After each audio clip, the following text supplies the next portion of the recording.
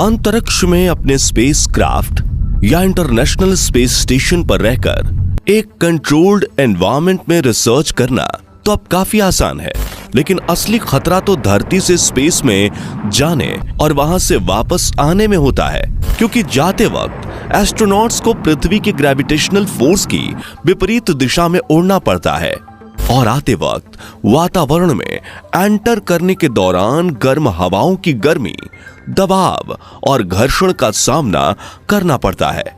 और इस दौरान हुई एक भी छोटी सी गलती भी स्पेसक्राफ्ट में सवार अंतरिक्ष यात्रियों की जान तक ले सकती है।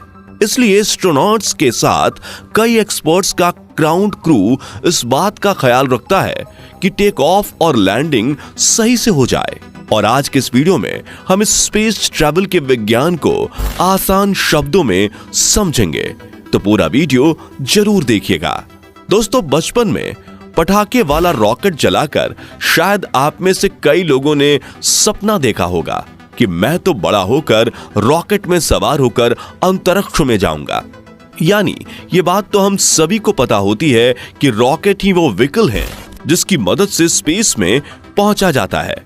लेकिन क्या आपको पता है, स्पेस में जाने के लिए आप रॉकेट में नहीं बैठ सकते, लेकिन इसके लिए आपको स्पेसक्राफ्ट की जरूरत पड़ती है। अब आप कहेंगे कि फिर रॉकेट किस काम का? तो यहां समझने वाली बात यह है कि स्पेस में जाने के लिए रॉकेट और स्पेसक्राफ्ट दोनों की जरूरत होती है, क्योंकि एक स्पेसक्राफ्ट में ही एस्ट्रोनॉट स्पेस एक्सपेरिमेंट के लिए जरूरी चीजें होती हैं, जिसे अंतरिक्ष में पहुंचाने का काम रॉकेट करता है। तो अब हम जानते हैं कि रॉकेट कैसे काम करता है। इस प्रक्रिया को समझने के लिए आइए सबसे पहले जानते हैं कि आखिर रॉकेट काम कैसे करता है। तो दोस्तों, आपने स्कूल में न्यूटन का थर्ड लॉ ऑफ मोशन तो जरूर पढ़ा होगा, जिसके मुताबिक हर एक्शन का एक इक्वल एंड अपोजिट रिएक्शन होता है। जैसे जब गन से बुलेट फायर की जाती है तो बंदूक से गोली पर आगे की ओर एक्सेलरेशन फोर्स लगता है और गोली भी बंदूक पर पीछे की ओर बराबर फोर्स लगाती है, जिसे रिकॉइल फोर्स कहा जाता है, जिस वजह से बंदूक चलाने वाले व्यक्ति के कंधे पर एक झटका लगता है। इसके अलावा जैसे हम जमीन पर बॉल उछालते हैं, तब जिस स्पीड से हम बॉल को नीचे मारते हैं वो उतनी ही स्पीड से ऊपर की ओर उछलती है। एक रॉकेट भी न्यूटन के थर्ड लॉ ऑफ मोशन के इसी सिद्धांत पर काम करता है। ढेर सारे ईंधन का कंबंशन से रॉकेट थ्रस्ट पैदा करता है, जिसके इस्तेमाल से वो जमीन से उठता है और पृथ्वी के गुरुत्वाकर्षण बल की विपरीत दिशा में आगे बढ़ता है। यहाँ गौर करने वाली बात यह है कि लॉन्च पैड से निकला ये गोलाकार यान रॉकेट नहीं होता, बल्कि उसके पास में लगे इन ट्विन इंजेक्शन को रॉकेट कहा जाता है, जिसका काम सिर्फ अपने पेलोड को स्पेस में पहुंचाना होता है। इस पेलोड में स्पेसक्राफ्ट में बैठे एस्ट्रोनॉट्स, सैटेलाइट या फिर साइंटिफिक इक्विपमेंट्स होते हैं। दुनिया में मौजूद हर इंजन की तरह रॉकेट को भी काम करने के लिए ईंधन की जरूरत होती है। जब ये ईंधन जलता है तब उसमें से गर्म गैस निकलती है। अपनी सीधी बनावट की वजह से रॉकेट इंजन इन गैसों को नीचे की ओर छोड़ता है, जिससे एक धक्का यानी थ्रस्ट पैदा होता है और रॉकेट हवा में उड़ने लगता है। अब आप सोच रहे होंगे कि यह धक्का कितना पावरफुल होता है, तो बता दें कि स्पेसक्राफ्ट के पास लगे ट्विन सॉलिड रॉकेट साथ मिलकर करीब 5.3 मिलियन पाउंड्स थ्रस्ट पैदा करते हैं, जो 44 मिलियन हॉर्स पावर जितना होता है। इतने पावर को उत्पन्न करने के लिए एक साथ 14,706 एक्सल डीजल लोकोमोटिव इंजन या फिर करीब 4 लाख कार्स की जरूरत पड़ेगी। साथियों, एक रॉकेट और एरोप्लेन के इंजन में सबसे बड़ा फर्क ये होता है कि एरोप्लेन को अपने फ्यूल को जलाने के लिए हवा में मौजूद ऑक्सीजन की जरूरत होती है, वहीं दूसरी तरफ ये रॉकेट को स्पेस में उड़ना होता है, इसलिए ये ईंधन को जलाने के लिए जरूरी ऑक्सीडाइजर्स अपने साथ लेकर उड़ता है, ताकि इसके इंजन को बाहर से ऑक्सीजन लेने की जरूरत ना पड़े। एक रॉकेट के इंजन में मुख्यतः 2 प्रकार के ईंधन का प्रयोग किया जाता है, liquid fuelled and solid fuelled. इस फ्यूल को ले जाने के लिए स्पेसक्राफ्ट और रॉकेट इंजन के साथ एक एक्सटर्नल फ्यूल टैंक जुड़ा होता है और स्पेसक्राफ्ट को पृथ्वी के वातावरण से बाहर स्पेस में सही जगह पर पहुंचाने के बाद रॉकेट स्पेसक्राफ्ट से अलग हो जाते हैं और यहां से स्पेसक्राफ्ट अपने आगे की जर्नी पर निकल जाता है। शायद इस एक्सप्लेनेशन से आप रॉकेट के काम करने की प्रक्रिया के बारे में तो समझ चुके होंगे। चलिए बढ़ते हैं स्पेसक्राफ्ट की तरफ। साथियों, एक स्पेसक्राफ्ट एरोप्लेन की तरह ही होता है। जिसमें एस्ट्रोनॉट्स के रहने, खाने पीने और सोने के लिए जरूरी सभी फैसिलिटीज उपलब्ध होती हैं। एक हवाई जहाज की कॉकपिट की तरह ही स्पेसक्राफ्ट के आगे के हिस्से में इसका पूरा कंट्रोल सिस्टम लगा रहता है, जिसमें बैठकर पायलट एस्ट्रोनॉट स्पेसक्राफ्ट को कंट्रोल कर सकते हैं। साथियों, जैसा कि हमने आपको बताया कि रॉकेट स्पेसक्राफ्ट को अंतरिक्ष में पहुंचाकर उससे अलग हो जाता है। इसके बाद पायलट एस्ट्रोनॉट्स के हाथ में अपने स्पेसक्राफ्ट का कंट्रोल आता है और वो स्पेसक्राफ्ट उड़ाकर क्रू मेंबर्स को अंतरिक्ष में जरूरी जगह पर ले जाते हैं, क्योंकि इससे पहले तो ग्राउंड पर बैठी नेविगेशन टीम ही इस लॉन्च को कंट्रोल कर रही होती है। इस स्पेसक्राफ्ट में एडवांस टेक्नोलॉजी की मशीन्स लगी होती हैं, जिसका इस्तेमाल करके एस्ट्रोनॉट्स अंतरिक्ष में एक्सपेरिमेंट करते हैं। इस स्पेसक्राफ्ट और रॉकेट के लॉन्च के लिए तीसरी जो जरूरी चीज होती है वो है लॉन्च पैड।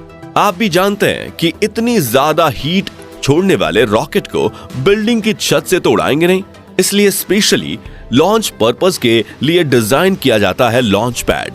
साथियों, लॉन्च पैड वो प्लेटफॉर्म होता है जिसकी मदद से स्पेसक्राफ्ट को आसमान की तरफ एक स्ट्रेट लाइन में प्रोजेक्ट किया जाता है।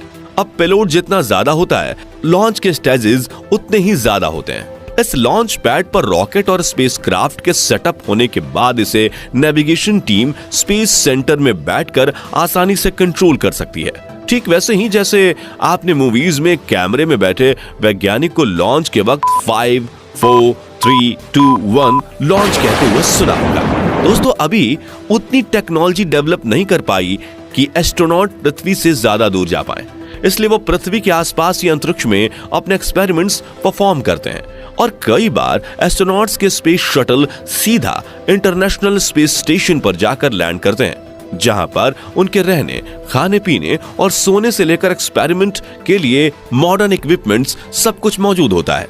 अब इस इतने बड़े स्पेस स्टेशन को बनाया कैसे गया, उसके बारे में फिर कभी बात करेंगे। फिलहाल बात करते हैं कि अंतरिक्ष में अपने टास्क पूरे करने के बाद ये एस्ट्रोनॉट्स फिर से धरती पर लौटते कैसे हैं। यहाँ आप में से कुछ लोगों को लग सकता है कि स्पेस से रिटर्न होने के लिए भी रॉकेट का इस्तेमाल किया जाता होगा, लेकिन आपको बता दें कि वापसी के दौरान स्पेसक्राफ्ट के पास ना ही इतना फ्यूल होता है ना ही रॉकेट, क्योंकि इन्हें तो लॉन्च के बाद ही अलग कर दिया जाता है। तो फिर अंतरिक्ष यात्री नीचे कैसे आते हैं? तो साथियों, यहाँ काम आते हैं स्पेस शटल यानी स्पेसक्राफ्ट, जो करीब 17,500 मील प्रति घंटे की रफ्तार से पृथ्वी की ओर बढ़ते हैं और पृथ्वी की कक्षा की चारों ओर चक्कर काटते हुए धीरे धीरे पृथ्वी के एटमॉस्फेयर में एंटर करता है। इस एंट्री की प्रक्रिया ही स्पेस ट्रैवल की सबसे मुश्किल प्रक्रिया होती है, क्योंकि इस दौरान स्पेसक्राफ्ट को वायुमंडल की गर्म हवाएं और उनके प्रेशर और फ्रिक्शन का सामना करना पड़ता है। इस हीट का अंदाजा आप इसी बात से लगा सकते हैं कि अगर इस स्पेसक्राफ्ट की जगह हवाई जहाज को अंतरिक्ष से वायुमंडल में एंट्री कराई जाए तो वो चुटकियों में जलकर राख हो जाएगी। इसी हीट से बचने के लिए स्पेसक्राफ्ट की ऊपरी और निचली सतह के साथ पंखों पर भी एक खास तरह की हीट रेजिस्टेंस कोटिंग लगाई जाती है। दोस्तों, आपको ये जानकर हैरानी होगी कि 2003 में जिस कोलंबिया स्पेस शटल में कल्पना चावला और कुछ अन्य एस्ट्रोनॉट सवार होकर पृथ्वी पर आ रहे थे, लॉन्च के दौरान उसके एक पंख से ये हीट रेजिस्टेंस कोटिंग उखड़ गई थी, जिस वजह से वायुमंडल की गर्मी ने अंतरिक्ष यात्रियों के साथ पूरे स्पेसक्राफ्ट को ही कुछ पलों में जलाकर राख कर दिया था। साथियों, कल्पना चावला के इस हादसे के बारे में डिटेल वीडियो आप आई बटन पर क्लिक करके देख सकते हैं। खैर, जैसे जैसे ये स्पेसक्राफ्ट पृथ्वी के वातावरण में दाखिल होकर धरती की ओर बढ़ने लगता है, वैसे वैसे ये जमीन के पैरेलल उड़ने लगता है और फिर आता है लैंडिंग का समय, जो पायलट एस्ट्रोनॉट के लिए चुनौती से कम नहीं होता, क्योंकि हवाई जहाज की तरह ही स्पेसक्राफ्ट को भी एयरपोर्ट के रनवे पर ही लैंड कराया जाता है और लैंडिंग के दौरान इसके नीचे की ओर लगे पहिए खुल जाते हैं। लेकिन एक एरोप्लेन के मुकाबले स्पेसक्राफ्ट की स्पीड काफी ज्यादा होती है, इसलिए लैंडिंग के दौरान रफ्तार कम करने में मदद करने के लिए इसमें पीछे की ओर एक पैराशूट भी खुल जाता है। हालांकि अपोलो, जेमिनी, सोयूज और मर्क्यूरी जैसे कुछ स्पेसक्राफ्ट की लैंडिंग समुद्र में भी कराई गई थी, लेकिन इससे स्पेसक्राफ्ट के पानी में डूबने का खतरा बना रहता है, इसलिए अब इस तरह की लैंडिंग नहीं करवाई जाती। तो इस प्रकार आपने जाना कि अंतरिक्ष में जाने और वापस आने की प्रक्रिया में कितनी भारी चुनौतियों का सामना करना पड़ता है। खैर, स्पेसक्राफ्ट की लॉन्चिंग और लैंडिंग में से आपको कौन सी प्रोसेस सबसे ज्यादा मुश्किल लगी? कमेंट करके जरूर बताइए। तो फ्रेंड्स, आज के वीडियो के लिए बस इतना ही। अगर आपको ये वीडियो पसंद आया हो तो इसे लाइक और शेयर करें। ऐसे ही इंपॉर्टेंट और नॉलेज वाले वीडियोस के लिए इस चैनल को सब्सक्राइब और